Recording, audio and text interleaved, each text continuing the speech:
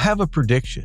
I predict that if you don't make 3 key strategic decisions right now, that you'll become a teacher who is burned out. And it's not because you're a bad teacher, and it's not because you're a lazy teacher, but it's because this profession has a way of taking everything that you give it and never giving it back to you. And so today I'm going to show you the 3 strategic decisions that will determine whether this school year burns you out or makes you stronger. And trust me when I say that I learned every one of these the hard way. And so the first thing you need to do, and it doesn't involve a laminator, is you need to build a wall. And I know that that sounds very strange, but in ancient days, a city had one thing standing between the people that were on the inside and the enemy that was on the outside, and that was a wall. And that wall is what kept people safe. The writer of the Proverbs says that like a city whose walls are broken down is a man who lacks self-control. And as a teacher, you have one thing that stands between you and a systemically broken system. It's called boundaries. And I want you to think about that for just a second. When you don't have boundaries, when you can't say no to every opportunity, that doesn't just wear you out, make you tired or exhausted, although it does. What that's really doing, it's you demonstrating a lack of self-control, and you're not taking charge of the things that are coming into your life. And so just like a city with a broken wall doesn't get to choose what comes through the gap, that's exactly what happens to us without boundaries. Our time gets taken, our energy gets taken, our peace gets taken. And before long, there's nothing left standing to protect the things that actually belong to us and the things that we care about, like our family or our free time, or maybe even more importantly, our sanity. So here's a simple thing that you can do to establish boundaries. Define what matters to you. I want you to think of 3 to 5 things that are extraordinarily important to you, that you feel like if you accomplish these things every day, that will signal to you that you've done enough. And I want you to write them down. And I want you to share them with a friend so that they can help hold you accountable. And I want you to tell me about them in the comments, because I love reading comments and I respond to every last one of them. And it doesn't matter when you're watching this video. It doesn't matter if you see this video in August or the middle of March, the end of May. Build a wall. And build it today before you are completely burned out. And if you're wondering how to establish boundaries and if you want to work on them, then download my Reclaim Your Limits guide. It's free. It's 100% free, and it's always free. It's in the description box or the QR code right there on the screen. Either way, just go check it out. The second decision that we need to make is determine where the finish line is. You have to have a non-negotiable, hard stopping point, because teaching is like, and I can't think of another metaphor, but teaching is like a race.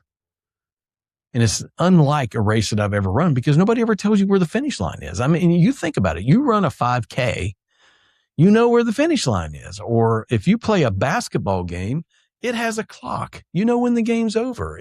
I mean, my goodness, even a bad movie has credits. But teaching, the only thing teaching has is one more thing, just one more thing.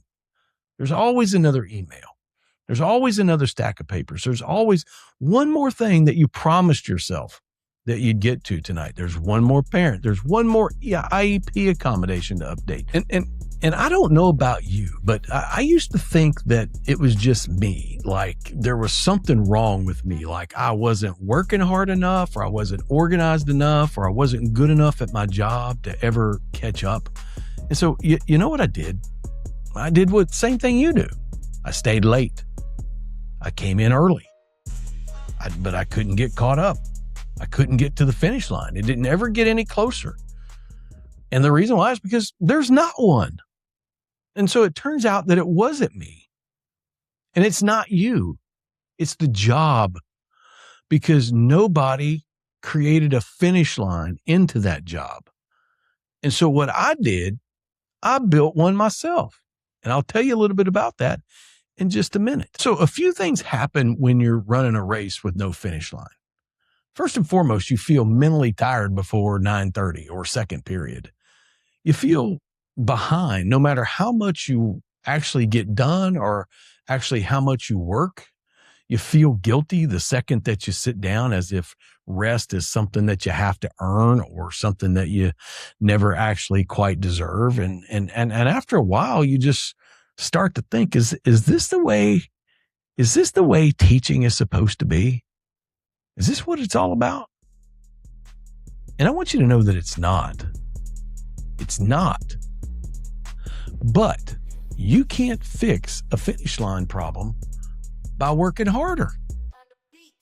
You fix it by deciding on purpose today what enough looks like for you. And then you have to hold the line, because as soon as you make that decision is going to get challenged, and guilt is going to show up, and it's going to tell you that you're not enough.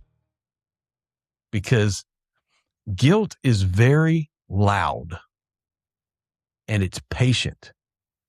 And guilt will wait until the exact moment, and then it'll whisper to you, you're failing your students. You're failing as a teacher, or you haven't done enough. And that's why deciding what enough looks like can't be something that you figure out on the fly. You can't wait until you're 3 months down the road. You can't wait until you're running on no sleep and you're completely worn out. You have to decide today, while your head is clear enough so that you can draw a line and actually know where the line is. And that decision right there, that one decision, literally saved my life, and it saved my career. And that's why I built the Power of Enough. And so if you're tired of running a race that doesn't seem to have an end in sight, it's linked below, or you can grab it in the QR code. Either way, go check it out and let's get started with it. And the third decision that we have to make, and this is probably the hardest, is you have to get your identity back. Or better yet, you have to protect what is left of your identity. Because teaching will take your identity completely away. Because teaching never comes right out and asks for your total attention or your devotion. It doesn't have to. It just quietly turns into a 24/7 job. It consumes your boundaries. It steals your emotional energy. And over time, it degrades your self-worth. And here's the reason why. It's because as teachers, we tie our worth to how good our work is, or how much we produce, or to what parents or society think about us. And we measure our success by how much we care about our students or how involved we are in shaping their lives. And that's why many teachers go far, far, far beyond what the job calls for to take care of their students and to do things for them. But when these things become the measuring stick, there's no separation left between what we do on the job and who we are at home. And you end up living a life of constant performance, of working and working for an approval that, quite honestly, it's never going to come. And that is exactly why your boundaries, they have to be non-negotiable. And that's exactly why your hard stop has to be non-negotiable. You cannot allow society or parents or admin or the pressure of performance to decide when enough is enough. And that is exactly why I built the Power of Enough. And that's why it's so important, because nobody tells you that by the end of the school year that you might not remember who you are when you started and you became somebody's teacher. And here's the thing, is it happens slowly. It's a hobby that gets dropped because other things are more important and you don't have time. Or it's a friendship that fades and fractures because you don't have the emotional energy to invest in that friendship. Or it's like a Saturday morning that gets completely swallowed up by lesson planning. And you tell yourself that, hey, it's just going to be this once. but it's never just once. And one day you wake up and the only identity that you have is teacher. And that's a lot of weight to carry. And it's easily destroyed. If teacher is your identity, it can be easily destroyed by one evaluation or a non-renewal that you can't control. So how do you actually protect your identity before this year takes everything away from you? Well, let me give you 3 things. Number 1, reconnect with who you are outside of work.